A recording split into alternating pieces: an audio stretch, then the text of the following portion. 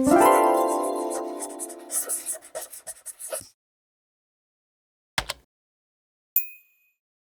yesterday I uploaded a video showing you how to download materials from Adobe Substance 3D Assets and save them into your folder so that they're available in Substance Painter on startup. So this is super useful, and you definitely want some of these materials included in your library every time you open it. But there's a simpler and faster way to do it. However, I'm going to leave that other video up just in case you want to do a bunch of downloads at once. I think it's really helpful for that. But this is the way to do it if you're only using one substance, one material.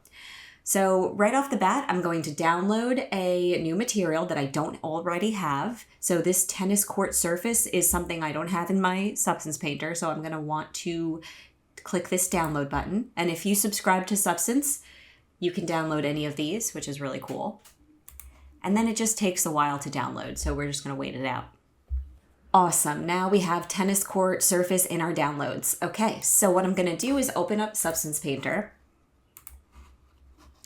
And I have a blank slate here. So what I'm going to do is I could drag this material file, which is SBSAR file, right onto my object. But I'm not going to do that, because if I do that, it'll work, it'll download for this session, but it won't be available next time I open up Substance Painter. What I want to do is grab it and left click on your mouse and drag it into this materials, into the assets area here. So when you let go of your mouse button, you'll see this pop up, import resources.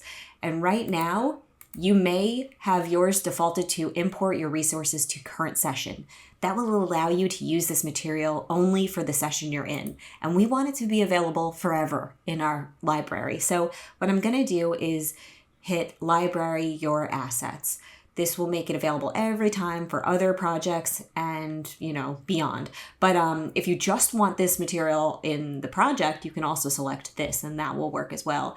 Maybe you don't want to have the material forever, bogging down your system. So I get that, but I like this material. I'll probably use it a lot. So I'm going to go with Library Your Assets and then Import.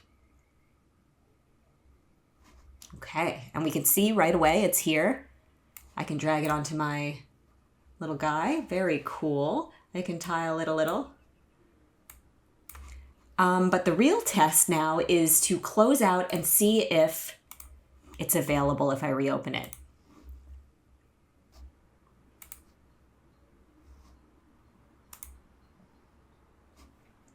Okay, so here's a new session of Substance. I'm going to search tennis because I remember it was the tennis court material, and there it is. Great. So that is the quick and easy way to import a texture. You just have to select that button on the import view, and it will be available going forward. So this is the quick and easy way. My other video is the long way, but also good to know, especially if you're uploading multiple materials at once. So I hope this helped. Please join me for more videos. I'll have a lot more in Substance coming up, so thanks for watching.